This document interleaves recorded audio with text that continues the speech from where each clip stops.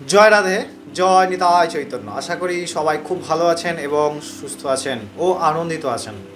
আমাদের আনন্দের একমাত্র কারণ ভগবান, আমাদের আনন্দের একমাত্র কারণ ভগবান এবং তার সম্বন্ধীয় যত সমস্ত কর্ম। যদিও পৃথিবীর সমস্ত কর্মই ভগবানের, কিন্তু আমাদের তা বোধ হয় না, আমাদের তা গম্য হয় না। তাই তো সাধুসঙ্গ, তাই তো ভগবত কথা শোনার প্রয়োজন। আমাদের চ্যানেলে যারা দীর্ঘদিন ধরে যুক্ত আছেন তাদের অনেক অনেক ধন্যবাদ, এবং আমাদের নতুন ফেসবুক পেজ ব্রহ্মজ্ঞানে আপনারা ফলো করতে ভুলবেন না, এবং ইউটিউবে যুক্ত হয়ে থাকুন দীপক টিভিতে। চলুন আজকে আমরা একাদশী অর্থাৎ কামিকা একাদশী 2024 সম্পর্কে আমরা বর্ণনা করব। এই কামিকা একাদশী 2024 কবে পালন হবে এবং এই কামিকা একাদশীর মাহাত্ম্য কথা। শুধু তাই নয়, পরের দিনের পারণ কোন সময়ের মধ্যে পালন করার স্বাস্থ্যসম্মত বিধি আছে, এবং তার সঙ্গে সঙ্গে আমরা জোন ওয়াইজ দেখে নেব কোন স্থানে কী সময় আছে। অবশ্যই এই একাদশীর যে নিয়ম তা হলো প্রধানত 10টি দ্রব্য 10টি বিষয় মেনে গর্গ সংহিতায়, অর্থাৎ একাদশীর দিন, তার আগের দিন এবং তারপরের দিন প্রধান যে বিষয়গুলি আমি আপনাদেরকে আরও একবার বলেছি, যদিও বা আগের ভিডিওতে আমি অনেকবার বলেছি, যেটা প্রধান হলো নেশাজাতীয় দ্রব্য ভোজন করা, আমিষ ভক্ষণ করা, তারপরে দ্রুত ক্রিয়া, স্ত্রী সঙ্গ এবং অবৈধ কাজকর্ম ইত্যাদি সমস্ত প্রকার শাস্ত্র নিষিদ্ধ কর্ম, এবং কাঁসার পাত্রে ভোজন অবশ্যই। আর খুব কষ্টকর এই ব্রত হতে পারে যদি আমরা আরও কিছু মনে করি, যেমন ধরুন একাদশীর দিন, তার আগের দিন এবং তারপরের দিন, প্রত্যেক 3 দিনই কিন্তু দিনে একবার ভোজন, যদিও আমাদের জন্য খুব কষ্টকর। তাই আমরা যতটা পারি আমিষ না খাই, নেশাদ্রব্য গ্রহণ না করি, আমরা ভগবত নাম আশ্রয় করি। হ্যাঁ, সর্বশ্রেষ্ঠ বিষয় হচ্ছে ভগবানের নাম করলেই আমাদের সর্বপ্রকার তৃপ্তি হয়। এই একাদশী কামিকা একাদশী 2024 হলো 31শে জুলাই বুধবার। ভারত, বাংলাদেশ তথা পৃথিবীর সমস্ত জায়গায় একই দিনে পালন করা হবে এই বছর 2024 সালের কামিকা একাদশী। এই কামিকা একাদশীর মাহাত্ম্য কথা ব্রহ্মবৈবর্ত পুরাণে খুব সুন্দরভাবে উল্লেখ করা হয়েছে। যাদের প্রশ্ন মনে থাকে যে আমরা তুলসী থেকে জল দিতে পারবো একাদশীর দিন, আপনারা সারা বছর দিতে পারবেন, যে কোনো সময় দিতে পারবেন। এতে কোনো তুলসী সেবার কোনো বিধি নেই এবং কোনো নিষেধ নেই কোনো দিন। এবং এই একাদশী মাহাত্ম্য কথা আমরা শুনবো, এই তুলসীতে জল দান করলে কি বিশাল ফল প্রাপ্তি হয়। এবং প্রত্যেকটি ব্রতে আমি আপনাদেরকে এটিই বলি যে আমরা যদি পারি যে নিষ্কাম কর্ম করা। যদি বলবেন তাহলে আপনি তো মাহাত্ম্য কথা বলবেন, তার মানে মাহাত্ম্য কথা মানে কি, একাদশীর ফল কি হয়, লাভ হয়, এই হয়। তো বিষয় হচ্ছে এইগুলি কেন না, আমাদের প্রধানত প্রথমে সকামে আসক্ত, যদি ফল শুনে আমরা এগিয়ে যাই, এরপরে করতে করতে নিষ্কাম, নিষ্ফলে অর্থাৎ ফল রহিত হয়ে, ফল প্রাপ্তির কামনা রহিত হয়ে, অর্থাৎ যে একাদশী করলে যা ফল হয় সেই ফল ভগবানের নিবেদন করে দিলে ভগবান কী করে, অনন্ত কোটি গুণ আমাদেরকে ফিরিয়ে দেন। কিন্তু ভগবান কিছু রাখেন না, মহাজন কারোর কাছে ঋণীও থাকেন না, আবার কারোর ঋণও রাখেন না। তাই খুব সাবধান, আমরা এইভাবে করি, নিশ্চিত আমাদের কল্যাণ হবে। চলুন এই পরের দিন এই একাদশীর পারণের সময় আমরা ভারত বাংলাদেশে দেখে নিই কোন সময়।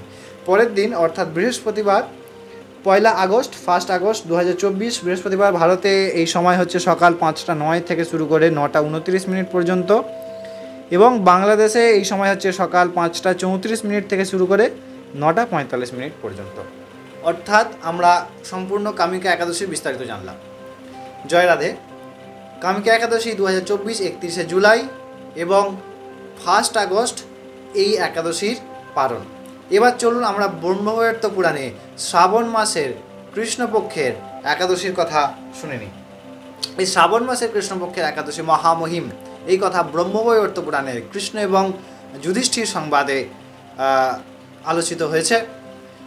যুধিষ্ঠির মহারাজ ভগবান শ্রীকৃষ্ণকে প্রশ্ন করলেন, হে কৃষ্ণ, আমি এই শ্রাবণ মাসের কৃষ্ণপক্ষের একাদশী, এই একাদশীর নাম কি এবং এর মাহাত্ম্য কি আপনি করুণাপূর্বক আমায় সবিস্তারে বলুন। ভগবান অত্যন্ত প্রসন্ন হয়েছেন এই বিষয়ে, এবং প্রসন্ন হয়ে বলছেন যে 2024 সালের কামিকা একাদশী, অর্থাৎ এই যে শ্রাবণ মাসের কৃষ্ণপক্ষের একাদশী, তাহা কামিকা একাদশী নামে পরিচিত। এবং এই একাদশীর মাহাত্ম্য সাক্ষাৎ নারদ ব্রহ্মাকে জিজ্ঞেস করেছিলেন, এবং ব্রহ্মা নারদকে এর উত্তর দিয়েছিলেন।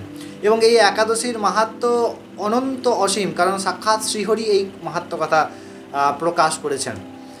সেই কথা আমি তোমায় শোনাবো, তুমি শ্রবণ করো এবং ধৈর্যপূর্বক শ্রবণ করো, এবং আপনারাও যারা শ্রবণ করছেন সম্পূর্ণ মাহাত্ম্য কথা শুনুন, এতে আপনাদের অনেক কল্যাণ হবে। আপনারা আস্তে আস্তে বুঝতে পারেন আমি মাহাত্ম্য কথায় বলবো কি হবে। তো বলছেন যে নারদ ব্রহ্মাকে প্রশ্ন করেছেন যে হে ব্রহ্মা, প্রজাপতি ব্রহ্মা, আপনি এই শ্রাবণ মাসের কৃষ্ণপক্ষে একাদশীর মাহাত্ম্য কথা আমায় বলুন। ব্রহ্মা অত্যন্ত প্রসন্ন হয়ে বলছেন যে হে নারদ, তুমি এই জগৎ সংসারের কল্যাণের জন্য যে প্রশ্ন করেছো আমি নিশ্চয়ই তার উত্তর প্রদান করব। কৃষ্ণপক্ষের শ্রাবণ মাসের কৃষ্ণপক্ষের একাদশী কামিকা একাদশী নামে পরিচিত, এবং এই একাদশীর মাহাত্ম্য অপরিসীম, যা আমি তোমায় বলে বোঝাতে পারবো না। এই একাদশী মহামহিম। এই একাদশীর মাহাত্ম্য কথা যিনি শোনেন তিনিও বাজপেয়ী যজ্ঞের ফল লাভ করেন। আচ্ছা, আমরা এই যে শুনছি এর মধ্যে কী হচ্ছে না, বাজপেয়ী যজ্ঞ, যাতে অনেক অর্থ খরচা, অনেক নিষ্ঠা, অনেক ধৈর্য, অনেক নিয়ম কানুন করে। এখন তো কলিযুগে তো যজ্ঞ হয় না, যদিও হয় ওগুলো শুধুমাত্র কোনো কাজের নয়, বেকার, একদম সত্যিকারের বেকার, কারণ কোনো কাজ হয় না। কারণ যজ্ঞে যদি সম্পূর্ণ সমস্ত দ্রব্য সঠিক না হয় তাহলে সেই যজ্ঞ হয় না। হ্যাঁ, যজ্ঞানাম যজ্ঞস্মি ভগবান বলছেন গীতায়, তাহলে সেই জপযজ্ঞের দ্বারা আমাদের সর্বকাম হতে পারে। খাইতে শুইতে নাম যথা তথা লয়, দেশকাল নিয়ম নাহি সর্বসিদ্ধি হয়। তাই এই যে ভগবান বলছেন যে এই শ্রাবণ মাসে ব্রহ্মা বলছেন যে এই যে একাদশী ব্রত কথা, এটা শুনলেও বাজপেয়ী যজ্ঞের ফল লাভ হয়। তীর্থে বসবাসকারী, গোদাবরী, কুরুক্ষেত্র ইত্যাদি বড় বড় তীর্থে বসবাস করার ফল এই একবার ভগবানের কথা বা ব্রত পালন করার মাধ্যমে হয়। যিনি ভগবান শ্রীকৃষ্ণকে তুলসীর দ্বারা তার শ্রীচরণ বন্দনা করেন, তিনি এই পৃথিবীর সর্বপ্রকার শ্রেষ্ঠ কর্মের প্রকাশক, শ্রেষ্ঠ কর্মের কর্তা। তিনি সর্বশ্রেষ্ঠ কর্ম করেন কি, যিনি ভগবানের পুজো করেন, বিশেষ করে এই ব্রত উপবাসের সময় যিনি ভগবানের আরাধনা করেন। এই একাদশীর ব্রত উপবাস কথা স্বয়ং সাক্ষাৎ শ্রীহরি বলেছেন। সুতরাং এত মহামহিম এই একাদশী। আরও বলি শোনো, অরণ্যযুক্ত, সাগরযুক্ত এই সম্পূর্ণ পৃথিবী দান, দুগ্ধবতী গাভী দান, এই এত কিছু দানও কম হয়ে যায় যিনি ভগবানের আরাধনা করেন, যিনি ভগবানের কথা শুনেন, যিনি ভগবানের ব্রত আচরণ করেন। তাই এই ব্রত এমন কোনো দান নেই যে দানের দ্বারা এই ব্রতের সীমা পরিসীমা বর্ণনা করা যায়। অর্থাৎ আমরা কত দান করতে পারবো। আচ্ছা, যদি দান করিও বা কী করব, ভগবানের বস্তু ভগবানকে দান করব, কিন্তু তাতে তো অহং বৃদ্ধি হবে। কিন্তু যদি ভগবানের ব্রত করি, যদি নিজেদের দেহকে কষ্ট দিই, অর্থাৎ একাদশী মানে একাদশ ইন্দ্রিয় সংযম ব্রত, তাহলে কি হবে না, আমরা ভগবানের করুণায় আমাদের অহং ক্রমশ কমে যাবে, আর নির্মল হৃদয় হবে, আর ভগবত প্রেম প্রাপ্তি হবে। ভগবত প্রেম প্রাপ্তি মানে এই বিশ্বে কেন, এই সম্পূর্ণ ব্রহ্মাণ্ডের শ্রেষ্ঠ প্রাপ্তি, যা ইন্দ্রাদি ব্রহ্মাদি দেবতাগণ বাঞ্ছা করেন, তিনি তারাও করতে পারেন না। তো এই ব্রতের মহিমা এত অপরিসীম, এবং যিনি বিশেষ করে হরিবাসরে ভগবানের স্থানে ধূপ দীপ প্রদীপ দ্বারা ভগবানের অর্চনা করেন, তিনি সমস্ত প্রকার পাপ থেকে নিবৃত্ত হতে পারেন, এবং এই ব্রতের ফলে সর্বপ্রকার পাপ নিবারণ এবং সর্বপ্রকার পুণ্যের শুভাগমন হয়। যিনি ব্রত করেন এবং ভগবত অর্চনা করেন, তুলসীতে নিত্য জলদান করেন। ব্রহ্মাই প্রসঙ্গে আরও বলছেন, যমরাজের যে দূত আছেন চিত্রগুপ্ত, যিনি সমস্ত, চিত্রগুপ্ত মানে কি, এই যে চিত্তগুপ্তভাবে আমাদের সব কর্ম নষ্ট করে চিত্ত, আর অন্য কোনো চিত্রগুপ্ত নেই। এইখানে চিত্ত, মন, বুদ্ধি, চিত্ত, অহংকার, এই চিত্ত গুপ্তভাবে সমস্ত কর্ম নোট করছেন, তাই এর নাম চিত্রগুপ্ত। খুব সাবধান। যদিও বলছেন ভগবানের পার্শ্বদ আছেন চিত্রগুপ্ত ভগবান যমের, এবং আসল চিত্রগুপ্ত কিন্তু উনি কি করেন না, এইখানে বসে বসে সমস্ত নোট করেন যে তুমি কি করছো কি না করছো সমস্ত করবো। কি করেন, তিনি লিখতে পারেন না, অনুলিখ্যান্তি, তিনি আর লিখতে পারেন না যে তিনি কত পূর্ণ করেছেন, তিনি কত সৎকর্ম করেছেন। যিনি তুলসী দর্শন করেন, যিনি ভগবত দর্শন করেন, একবার যদি কেউ সাষ্টাঙ্গে প্রণাম করেন ভগবানকে, ভীষ্ম পিতামহ বলেছেন যে একবার যদি সাষ্টাঙ্গে কেউ ভগবানকে প্রণাম করেন, তাহলে 10 সহস্র অশ্বমেধ যজ্ঞের সমান। কিন্তু 10 সহস্র অশ্বমেধ যজ্ঞ করলে পুনর্জন্ম, কিন্তু কৃষ্ণ অপি কৃত প্রণাম পুনর্ভবাতি। কৃষ্ণকে একবার প্রণাম করলে তার আর পুনর্জন্ম হয় না, তিনি পরমপদ প্রাপ্ত হন, তিনি পরমপদে আরূঢ় হন। সর্বপ্রকার শ্রেষ্ঠ পাপী, যিনি সমস্ত পাপ করেছেন, বড় বড় পাপ, সিদ্ধহস্ত, তিনিও এই ভগবানের ব্রতের দ্বারা পরম পবিত্র হতে পারেন। ভগবান শ্রীকৃষ্ণ বললেন, হে অর্জুন, হে যুধিষ্ঠির মহারাজ, আমি এতক্ষণ আপনায় সেই কথা অমৃত বললাম যা ব্রহ্মা নারদকে বলেছেন। যদিও এই একাদশীর মাহাত্ম্য কথা অনন্ত।